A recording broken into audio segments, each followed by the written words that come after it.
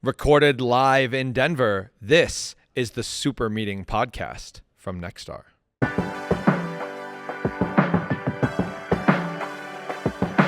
It's quite an honor to introduce our next guest at Super Meeting Podcast. Just arrived in Denver today, going to be speaking tomorrow on the main stage, which will center around the benefits and true value of relationship building. So excited to welcome you here, Blair Enns, author of The 4 Conversations, a new model for selling expertise, as well as the founder of Win Without Pitching. So thank you for being here, Blair. Oh, it's my pleasure, Josh. I'm really looking forward to the talk tomorrow.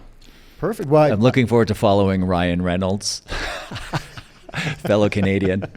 Absolutely. Yeah, I'm looking forward to the dry sense of humor that Canadians can tend to bring to the stage.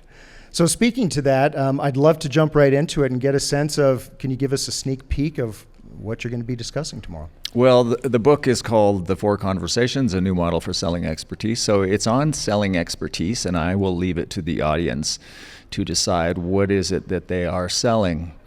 Are they selling standardized services and products, or are they selling expertise? And I think they can answer that question themselves.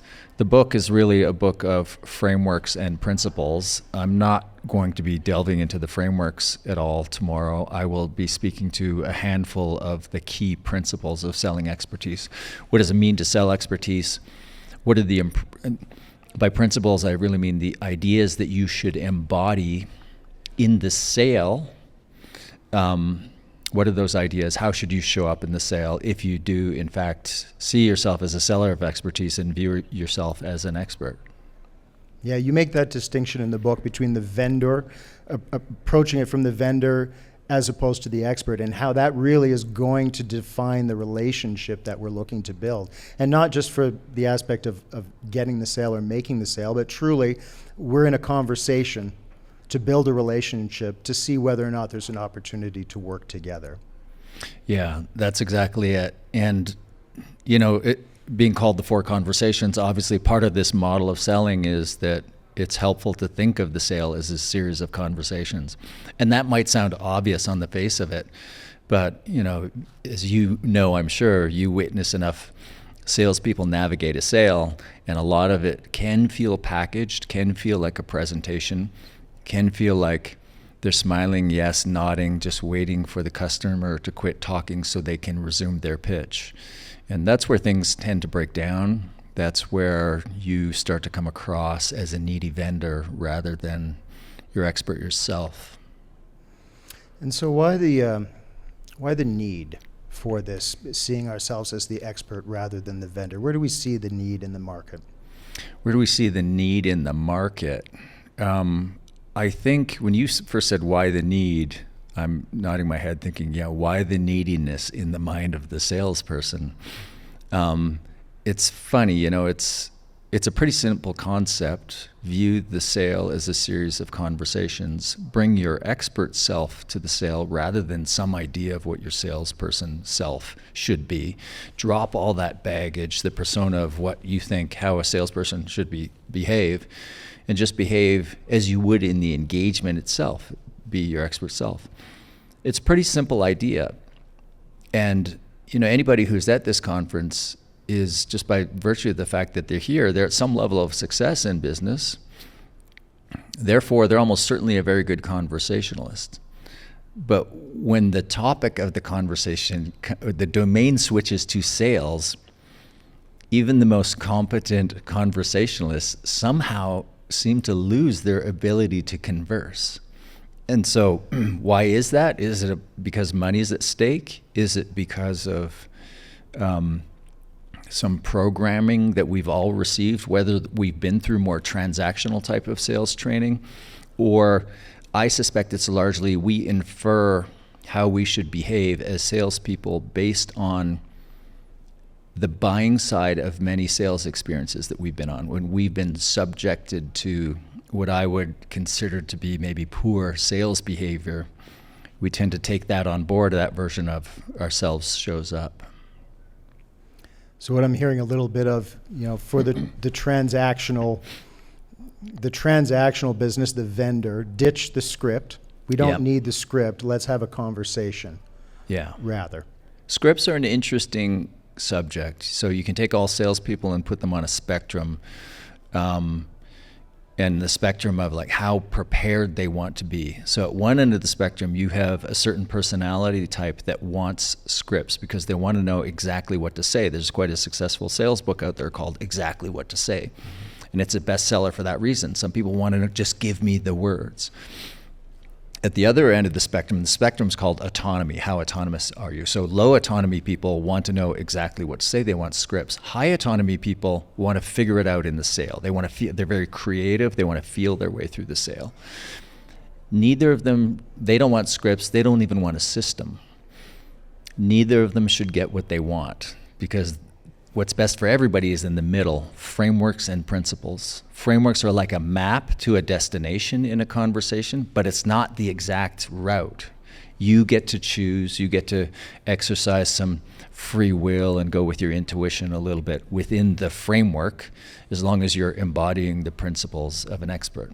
What you shouldn't be doing is reading words from a page. What you shouldn't be doing is just feeling your way through a conversation. You're giving yourself the space to be curious, Yes. to be kind, to Yeah. be empathetic. You have some working framework, so you're not going all over the place, but you still have the freedom to be curious, to be empathetic, to be all of these, to pull on loose threads.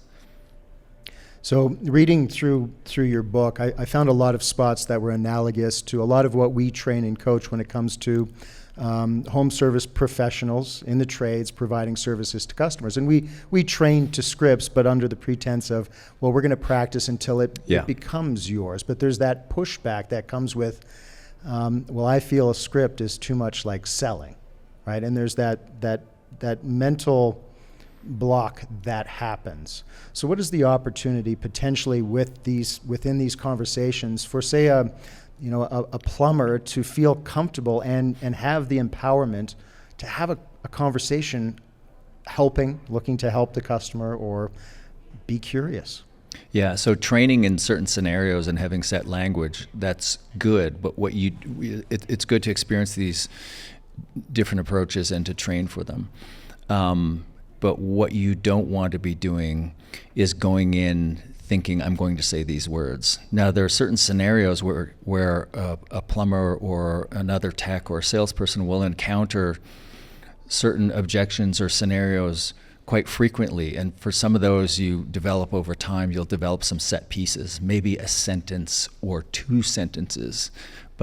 And it's you hear the stimulus, you respond appropriately with this set piece. You don't want to get so detailed that you're following an exact script.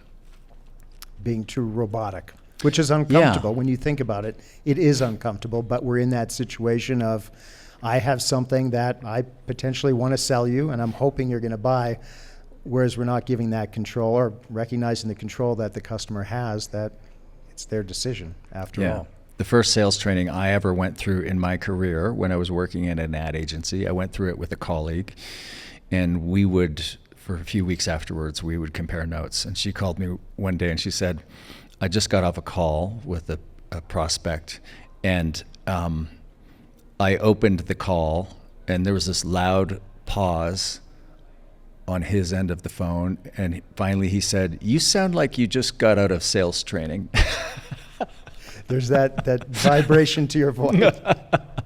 Yeah, it's when you go into the call with these exact words that you know you're going to repeat. Now, I mean, again, I don't want to overplay that, but there's when you're talking about practicing scripts, so I'm doing a talk tomorrow. I'm doing a speech. I've done a version of the speech many times over the years, especially the last year. But when I do a first speech, I write a script.